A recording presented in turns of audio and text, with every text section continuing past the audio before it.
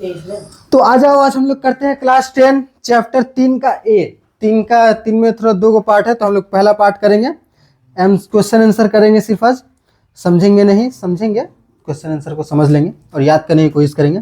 तो देखो, सबसे पहला जो टॉपिक है चैप्टर 3 का है वो है अनुवांशिकता।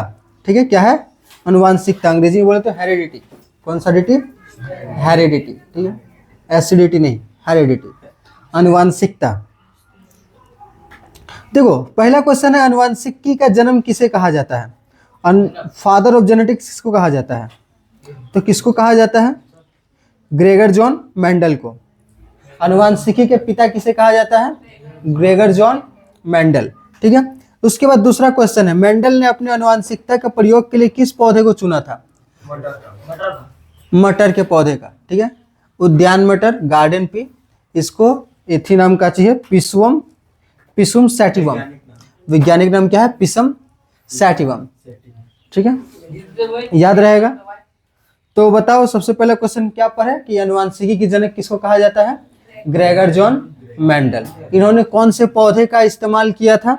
इन्होंने मटर के पौधे का इस्तेमाल किया था, जिसका वैज्ञानिक नाम क्या है? पिसम सैटिवम। सभी का ध्यान इधर रहेगा। एक ही जीन के विभिन्न रूपों या विपरीत जोड़ों को क्या कहते हैं? एक ही जीन के विभिन्न रूपों या विपरीत जोड़ों, जैसे कि एक ही तरह का जीन है, जैसे कि एक लंबा और एक बौना, लेकिन एक ही साथ है, तो इसको क्या कहेंगे? एलील। क्या बोलते हैं? एलील।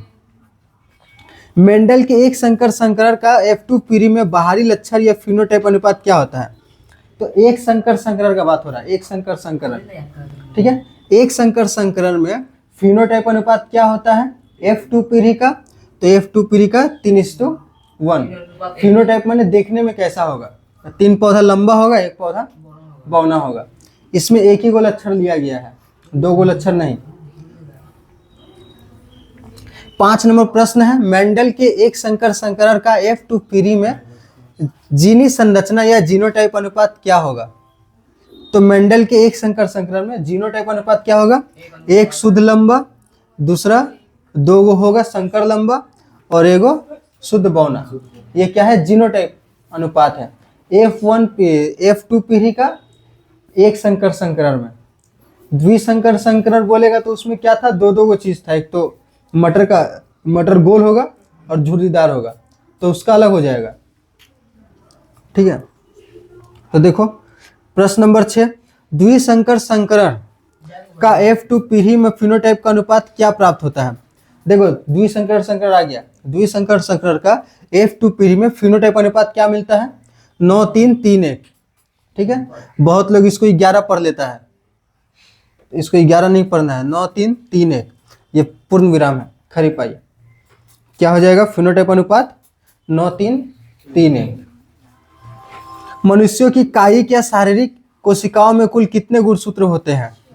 तो मनुष्यों की दैहिक के शारीरिक कोशिकाओं में कुल कितने गुणसूत्र होते हैं?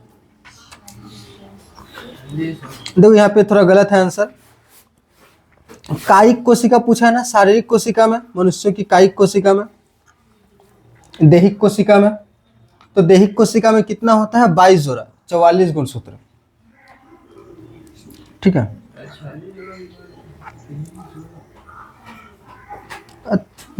अच्छा ऑटोसोम पूछेगा तब। अच्छा, मनुष्य में कितना गुणसूत्र होता है? 46 गुणसूत्र।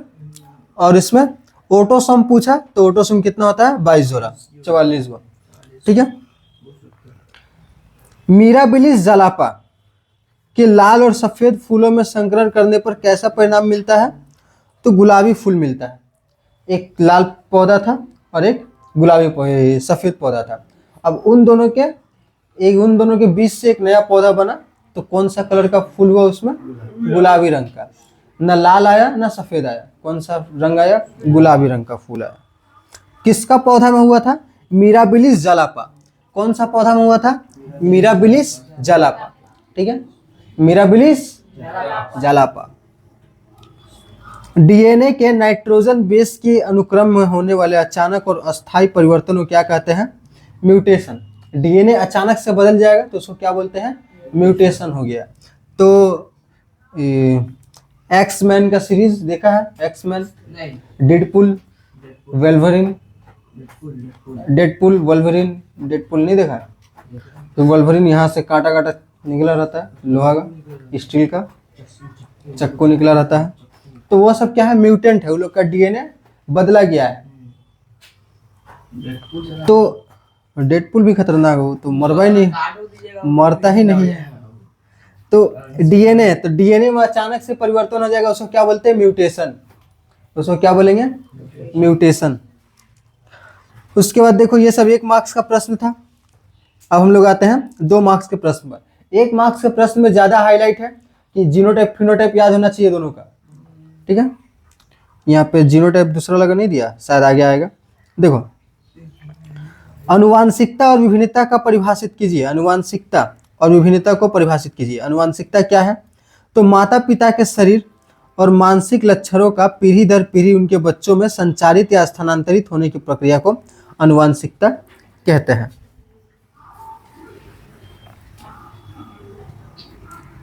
तो अनुवांशिकता किसे कहते हैं, माता पिता के शारीरिक और मानसिक लक्षणों को।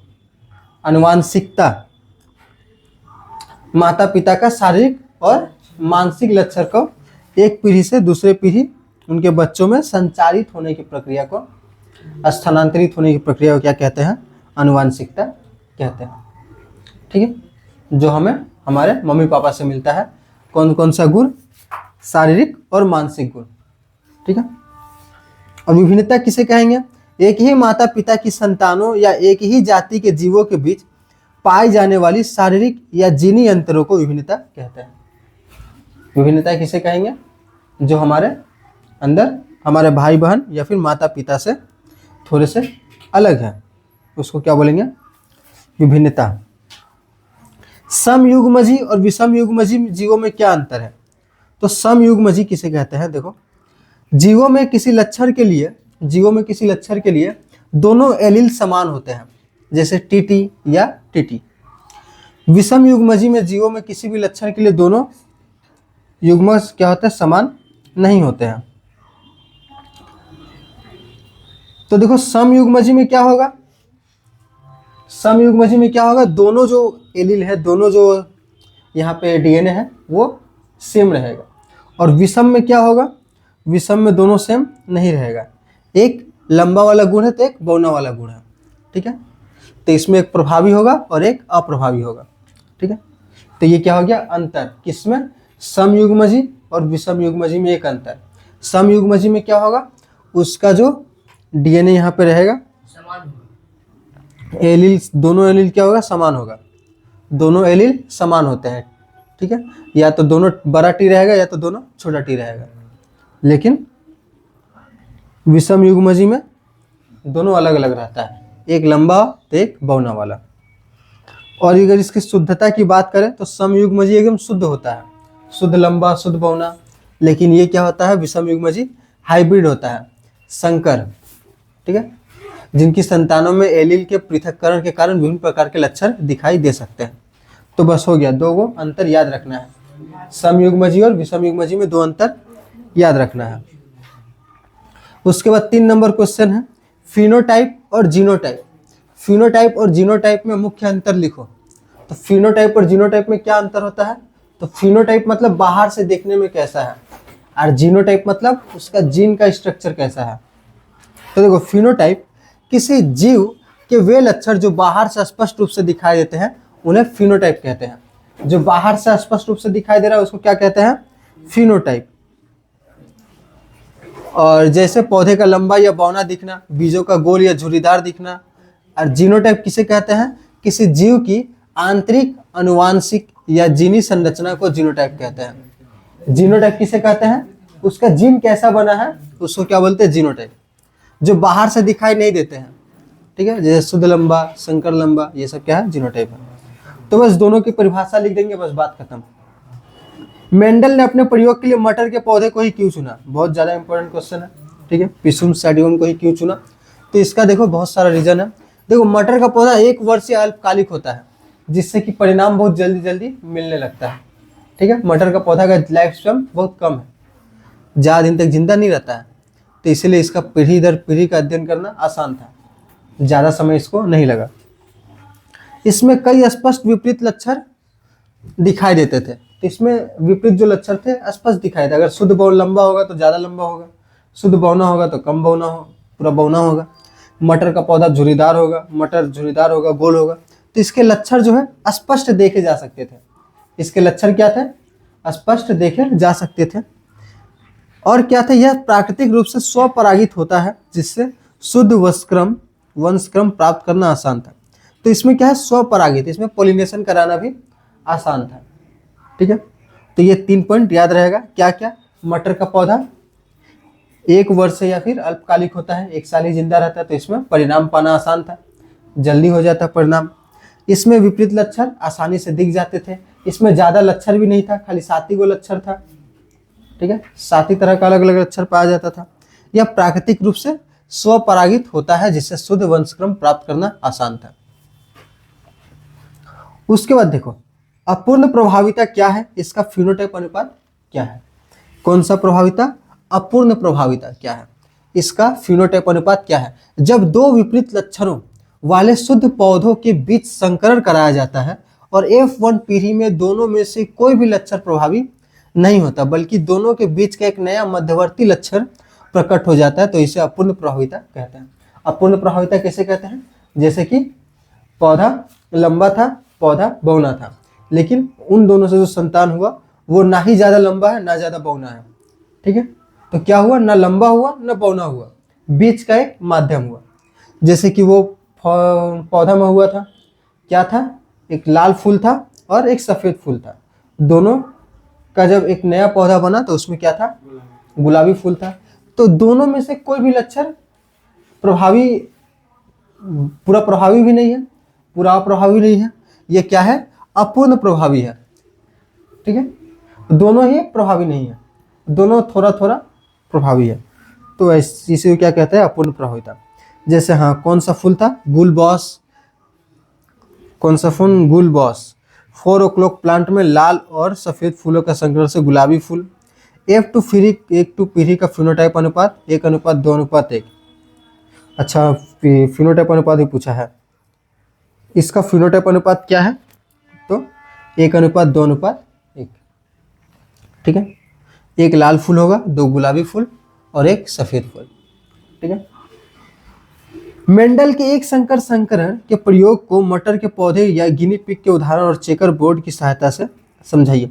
तो यहाँ पे देखो, चेकर बोर्ड बनाना नहीं था, नहीं बन पाएगा इसमें, तो चेकर बोर्ड तुम लोगों को तो घर में बनाना पड़ेगा। देखो 5 मार्क्स का है, पूछता है मेंडल के एक संकर संकरण का प्रयोग को मटर के पौधे या गिनी पिग के उदाहरण और चेकर बोर्ड से की सहायता से समझाइए।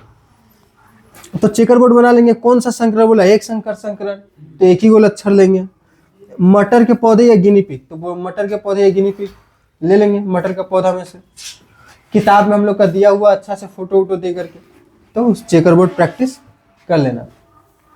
आर.के. प्रकाशन में किताब बहुत घटिया है, बहुत खराब दिया है फोटो वोटो, तो निर्मल प्रकाशन में किताब हो तो उसमें से करना चेकर बोर्ड। ठीक है, तो ये सबको पढ़ लेना।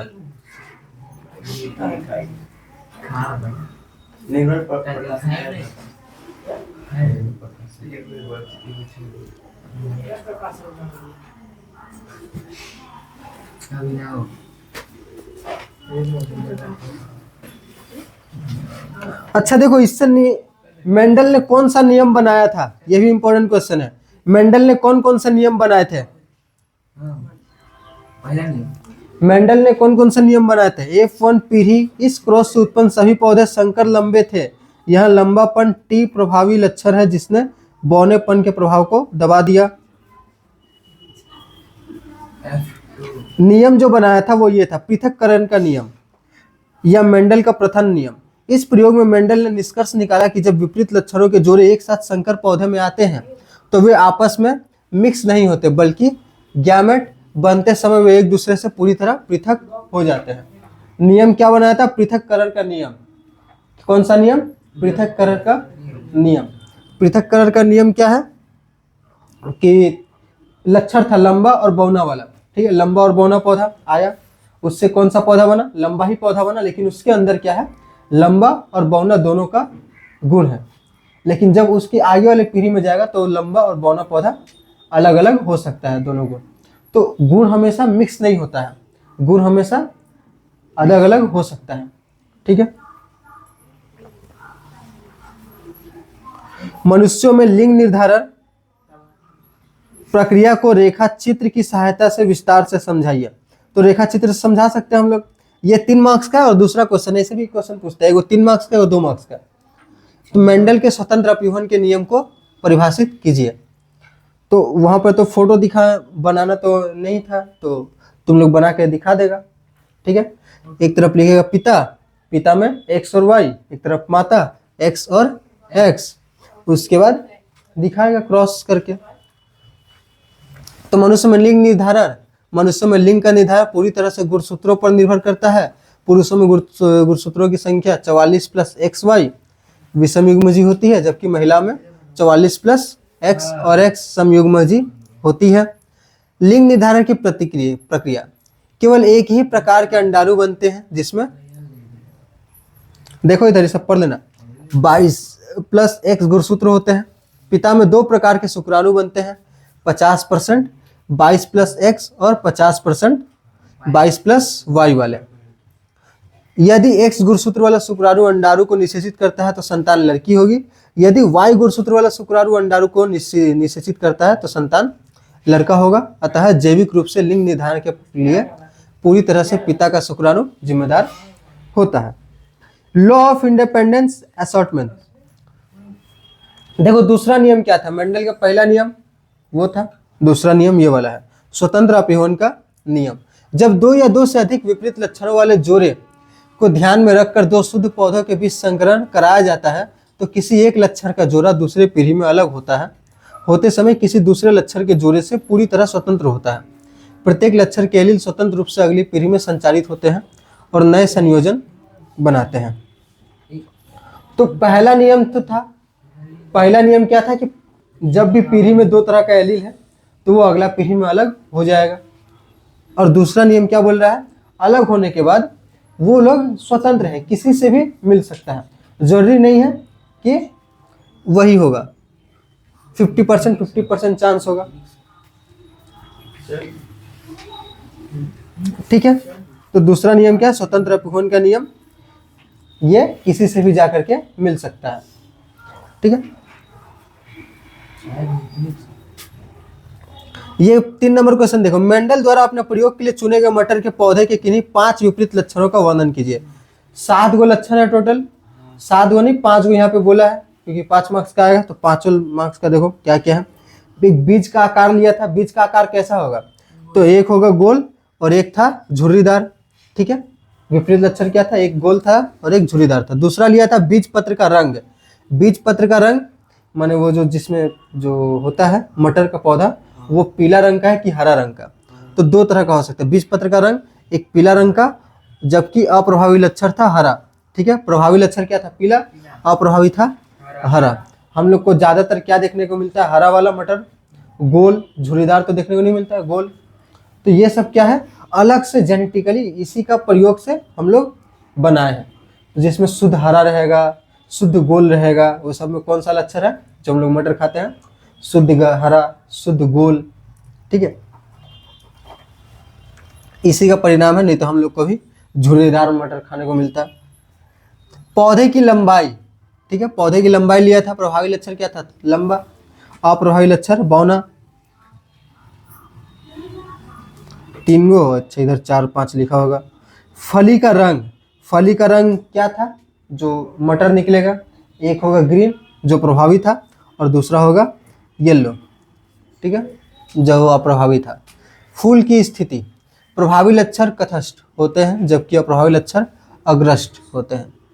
कक्षस्थ, अग्रस्त। अग्रस्त मतलब कि जो आगे की ओर पौधे के आगे की ओर निकले होंगे फूल, उसको अग्रस्त बोलेंगे।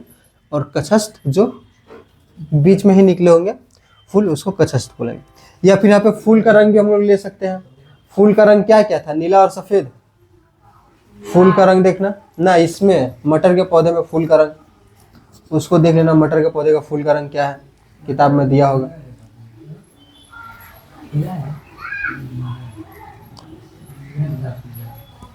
सफेद दिख रहे हैं।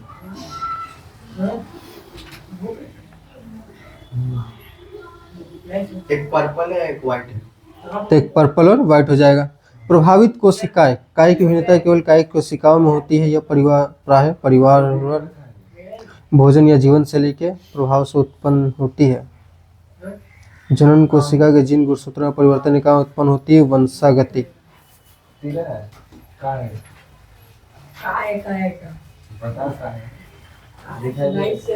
देखो दूसरा का आंसर देखो, दूसरा आंसर क्या बोल रहा है, कायिक विभिन्नता और जननिक विभिन्नता में दो मुख्य अंतर बताओ।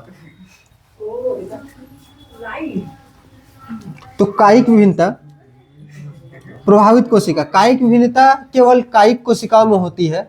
यह प्रायः पर्यावरण, भोजन या जीवन शैली के प्रभाव से उत्पन्न होती है। जननिक विभिन्नता जनन कोशिकाओं के जीन या गुणसूत्रों में परिवर्तन के कारण उत्पन्न होती है। वंशागति, कायिक विभिन्नता वंशानुगत नहीं होती, इसलिए यह अगली पीढ़ी में स्थानांतरित नहीं होती। जननिक विभिन्नता वंशानुगत होती है, इसलिए यह माता पिता से संतानों में स्थानांतरित होती है। देखो क्या होता है, देखो कायिक विभिन्नता और जननिक विभिन्नता क्या होता है। कायिक विभिन्नता कि अगर तुम बाहर है, जिम विम गया तो तुम्हारा शरीर फिट हो जाएगा, ठीक है, मसल्स आएंगे। लेकिन क्या तुम्हारे बच्चों में भी वैसी मसल्स आएंगे? नहीं। तो ये जो हम लोग लक्षण अर्जित किए, ठीक है, शरीर मजबूत किए, तो ये जो था ये हम लोग का कायिक विभिन्नता था। ये क्या था? सोमेटिक वेरिएशन, जो हम लोग बाहर से अर्जित किए। अब जैसे वो इतना मुश्किल से खाना बनाना सीखी खाना बनाना, ठीक है, लेकिन मुश्किल से नहीं सीखी, तो खाना बनाना सीखे, कुछ अलग अलग काम करना सीखे, पढ़ाई इतना सारा हम लोग किए, लेकिन वो सब क्या होगा, क्या हमारे ये सब चीज़ हमारे आगे की पीढ़ी में जाएगा? हम लोग जितना पढ़े आगे की पीढ़ी में जाएगा नहीं, ठीक, वो लोग को अलग से पढ़ना पड़ेगा। तो ये सब जो हम लोग गुण अर्जित किए इसको बोलते हैं सोमेटिक वेरिएशन, कायिक विभिन्नता। कौन सा गुण बोलेंगे? कायिक विभिन्नता। लेकिन कुछ ऐसा गुण है जो हम लोग के जीन में बस गया है, कुछ ऐसा गुण जो हम लोग के जीन में बस गया है, जैसे कि हम लोग की स्किन का कलर, हम लोग वातावरण में रहते तो हम लोग का स्किन का कलर हो गया है फिक्स। तो स्किन का कलर, हम लोग का शरीर, चेहरा, ये सब जो है ये सब जाएगा हम लोग के आगे की पीढ़ी में। तो जो आगे की पीढ़ी में जाता है उसको क्या बोलते हैं? जर्मिनल वेरिएशन, जननिक विभिन्नता, ठीक। और जो आगे की पीढ़ी में नहीं जाता है उसको क्या बोलते हैं? सोमेटिक वेरिएशन, कायिक विभिन्नता, ठीक है। इन दोनों का दो गो अंतर लिखा हुआ था, तीन ठो अंतर लिखा है। जैव विकास और भूमिका। कायिक विभिन्नता का जैव विकास में कोई विशेष योगदान नहीं होता है, ठीक है, लेकिन जननिक विभिन्नता जैव विकास का आधार होती है और नए प्रजातियों का विकास में महत्वपूर्ण भूमिका निभाती है। तो हम लोग का 3 का ए चैप्टर हेरिडिटी कंप्लीट हो गया है। इसको तुम लोग लिख के लेके आना, ठीक है। पेज नंबर कितना है तुमको चाहिए वाला, तो यही वाला प्रिंट कर देंगे हम पहले, लेकिन ये तो 34 पेज का है।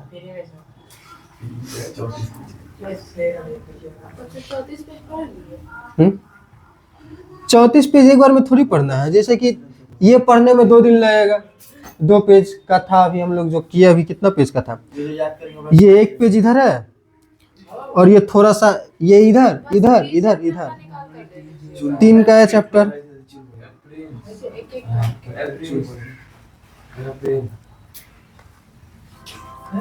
ठीक है।